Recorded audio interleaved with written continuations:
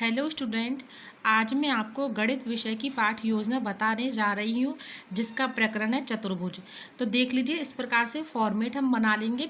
विद्यालय का नाम, कक्षा, विषय, दिनांक, कालांश, समयावधि और प्रकरण। अब आगे हम देखते हैं ये फॉर्मेट हम बनाएंगे। उद्देश्य, अपेक्षित व्यवहारगत परिवर्तन। उद्देश्य में पहला उद्देश्य है ज्ञान। विद्यार्थियों को चतुर्भुज से संबंधित तथ्यों, नियमों व सिद्धांतों का पुनः स्मरण करवाना। अपेक्षित व्यवहारगत परिवर्तन में पहला लिखेंगे, विद्यार्थी चतुर्भुज से संबंधित नियमों व सिद्धांतों का प्रत्यय स्मरण कर सकेंगे। दूसरा, विद्यार्थी चतुर्भुज से संबंधित नियमों व सिद्धांतों का प्रत्याभिज्ञान कर सकेंगे। दूसरा उद्देश्य है अवबोध। विद्यार्थियों को चतुर्भुज से संबंधित नियमों व सिद्धांतों का बोध करवाना। इसमें पहला पॉइंट है, विद्यार्थी चतुर्भुज को स्पष्ट कर सकेंगे। दूसरा है, विद्यार्थी चतुर्भुज की व्याख्या कर सकेंगे। तीसरा उद्देश्य है ज्ञान उपयोग। इसमें देखते हैं, विद्यार्थियों को चतुर्भुज से संबंधित ज्ञान के प्रयोग की योग्यता विकसित करवाना। इसमें पहला पॉइंट देखते हैं, अपेक्षित व्यवहारगत परिवर्तन में विद्यार्थी चतुर्भुज का उपयोग दैनिक जीवन में कर सकेंगे। विद्यार्थी चतुर्भुज का उपयोग भविष्य में कर सकेंगे। चौथा है कौशल। विद्यार्थियों में चतुर्भुज के बारे में नियमों व सिद्धांतों में कुशलता अर्जित करवाना। अब इसमें देखते हैं, विद्यार्थी चतुर्भुज का चार्ट बना सकेंगे। विद्यार्थी चतुर्भुज का मॉडल बना सकेंगे। अब देखते हैं, पांचवा उद्देश्य है अभिरुचि। विद्यार्थियों में चतुर्भुज के नियमों व सिद्धांतों के प्रति रुचि विकसित करवाना। इसमें पहला पॉइंट है, विद्यार्थी चतुर्भुज पर चर्चा कर रुचि ले सकेंगे। विद्यार्थी चतुर्भुज पर विचार विमर्श कर सकेंगे। अब छठा उद्देश्य देखते हैं, अभिवृत्ति। विद्यार्थियों में चतुर्भुज के प्रति सकारात्मक व वैज्ञानिक दृष्टिकोण विकसित करवाना। इसमें पहला है, विद्यार्थी चतुर्भुज के प्रति वैज्ञानिक दृष्टिकोण विकसित कर सकेंगे। विद्यार्थी चतुर्भुज के प्रति सकारात्मक दृष्टिकोण विकसित कर सकेंगे। अब देखते हैं सहायक सामग्री, चौक, डस्टर, लपेट फलक, संकेतक, चार्ट, मॉडल आदि। पूर्व ज्ञान। विद्यार्थी चतुर्भुज के बारे में सामान्य जानकारी रखते हैं। अब आगे हम देखते हैं प्रस्तावना। प्रस्तावना में इस प्रकार का फॉर्मेट हम बना लेंगे, क्रम, संख्या, छात्र, अध्यापिका क्रिया, छात्र क्रिया। अब इसमें पहला प्रश्न हम देखते हैं, प्रस्तुत चिन्ह किसका है। तो देख लीजिए, हम बिंदु का चिन्ह बनाएंगे और छात्र क्रिया हम लिखेंगे बिंदु। फिर दूसरा प्रश्न है, दो बिंदुओं के मिलाने पर क्या बनता है। छात्र क्रिया हम लिखेंगे रेखा। तीसरा प्रश्न है, सरल रेखा को किससे प्रदर्शित करते हैं। तो ये हम चित्र बना देंगे। फिर चौथा है, चार सरल रेखाओं वाली बंद आकृति को क्या कहते हैं। चतुर्भुज। पांचवा प्रश्न है, चतुर्भुज के बारे में आप क्या समझते हैं। तो ये हो जाएगा समस्यात्मक। तो देखिए, इस प्रकार से प्रस्तावना हम बना लेंगे। प्रस्तावना में जैसा कि आपको पता है, इसमें जिगजैग वाले प्रश्न चलते हैं, यानी पहले प्रश्न के उत्तर से आपका दूसरा प्रश्न बनेगा। अब देखते हैं उद्देश्य कथन। आज हम चतुर्भुज के बारे में अध्ययन करेंगे। शिक्षण बिंदु, 3 शिक्षण बिंदु, चतुर्भुज का परिचय। दूसरा है चतुर्भुज के अवयव और तीसरा है चतुर्भुज के प्रकार। अब आगे देख लीजिए, इस प्रकार का फॉर्मेट हम बना लेंगे। शिक्षण बिंदु, छात्र अध्यापिका क्रिया, छात्र क्रिया, विधि प्रविधि, सहायक सामग्री और शामपट्ट सार। शिक्षण बिंदु में फर्स्ट है चतुर्भुज का परिचय। छात्र अध्यापिका क्रिया में हम लिखेंगे विकासात्मक प्रश्न। पहला प्रश्न है, प्रस्तुत चित्र किसको व्यक्त कर रहा है। छात्र क्रिया में लिखेंगे चतुर्भुज को। अब देख लीजिए, सहायक सामग्री में इस प्रकार का हम चित्र बना देंगे।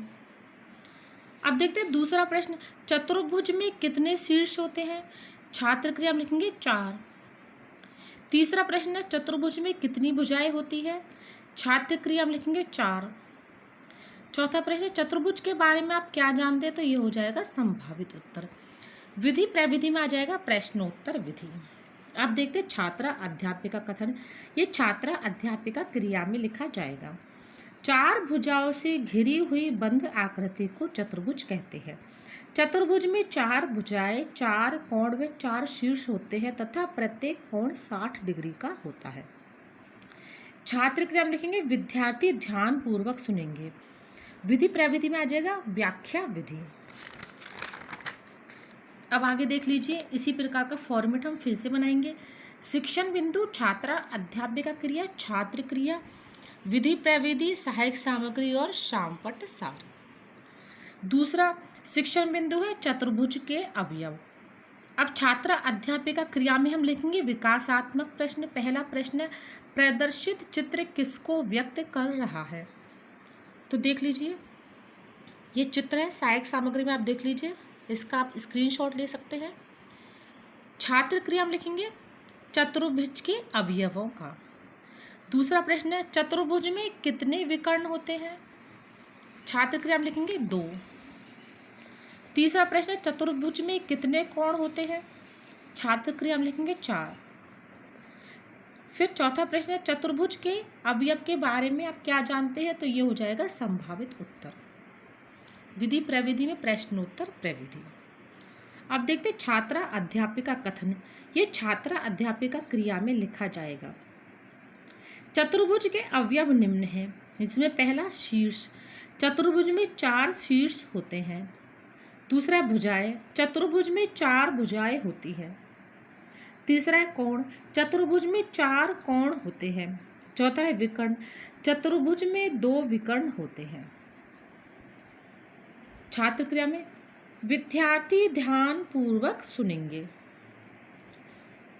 विधि प्रविधि में आ जाएगा व्याख्या विधि। अब देखते हैं तीसरा शिक्षण बिंदु। इसी प्रकार का फॉर्मेट हम बनाएंगे। शिक्षण बिंदु, छात्रा अध्यापिका क्रिया, छात्र क्रिया, विधि प्रविधि, सहायक सामग्री और शामपट सार। तीसरा शिक्षण बिंदु है चतुर्भुज के प्रकार। छात्रा अध्यापिका क्रिया में हम लिखेंगे विकासात्मक प्रश्न। पहला प्रश्न, प्रस्तुत चित्र किसको व्यक्त कर रहा है? तो देख लीजिए, ये चित्र है, इसका हम स्क्रीनशॉट ले लेंगे। छात्र क्रिया में लिखेंगे हम चतुर्भुज के प्रकारों का। दूसरा प्रश्न, आयत में प्रत्येक कोण कितनी डिग्री का होता है? छात्र क्रिया में लिखेंगे 90 डिग्री का। तीसरा प्रश्न है वह चतुर्भुज जिसमें सम्मुख भुजाएं समांतर हो क्या कहते हैं?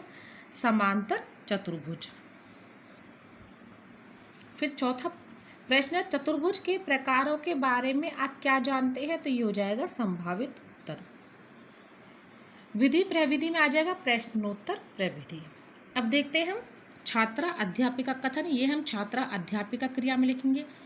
चतुर्भुज के 5 प्रकार होते हैं। पहला है आयत, जिसमें सम्मुख भुजाएं समांतर हो, कोण 90 डिग्री का हो। दूसरा है समलंब, सम्मुख भुजाओं का एक जोड़ा समांतर हो।